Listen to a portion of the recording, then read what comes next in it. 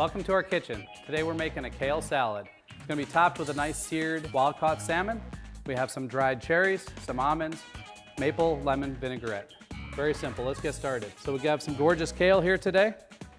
When you have a woody stem like this on a kale, it's a good idea to go ahead and just pull right down the scale. You're going to see how it comes right off. With something like kale that's a little bit of a tougher green, you may want to cut it on the thinner side. Maybe not quite a chiffonade or a ribbon cut, but a little bit thicker, but definitely not big chunks. Okay, so we have our kale. You can see it's kind of ribbon cut here. We're going to add it to our bowl. Next step, pull together our vinaigrette, which is 3 ingredients, which makes it very, very simple. We have some fresh lemon. The recipe calls for actually 2 whole lemons. So we'll take our maple syrup. You can also substitute honey or any other sweetener you would use. We don't do a lot of it, but just adds a little sweet, maybe a couple teaspoons, to counterbalance the lemon. I'm going to finish that off with a little olive oil. This is a nice Queen Creek local olive oil. We're going to whisk this up. We're going to add a little bit of salt and a touch of pepper. Okay, something that's very important when working with kale or tougher greens is to take your vinaigrette, pour it all over your greens like that. And then what's going to be very important is to what they call massage the kale. Might sound a little weird, but most lettuces that you would top, you don't want to work the dressing in because they'll get too soft. Kale's tougher, so it's really good to kind of massage the kale like that. And then just let it sit. The nice thing about this salad is you can actually dress it and massage the kale 30 minutes, an hour beforehand, and it will still hold up. So we're going to make sure our pan's on high here.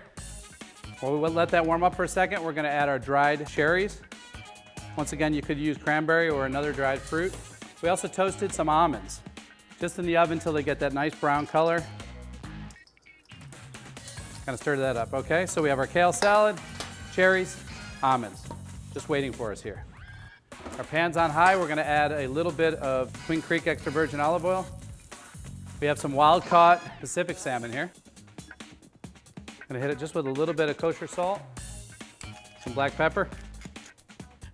It's about a 4-ounce portion.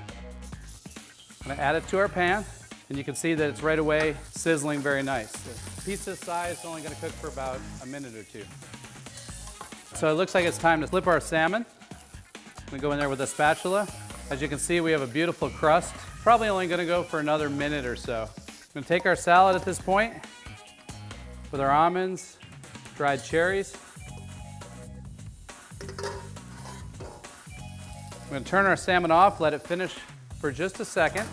We're going to take a zester, which is a tool you can get for a couple bucks at a kitchen store. And we're going to take a little bit of lemon zest. Smell the oils coming out of the lemon. That's why it's so fragrant and nice to use. We're going to take our salmon, we're going to place it right on top of our salad there.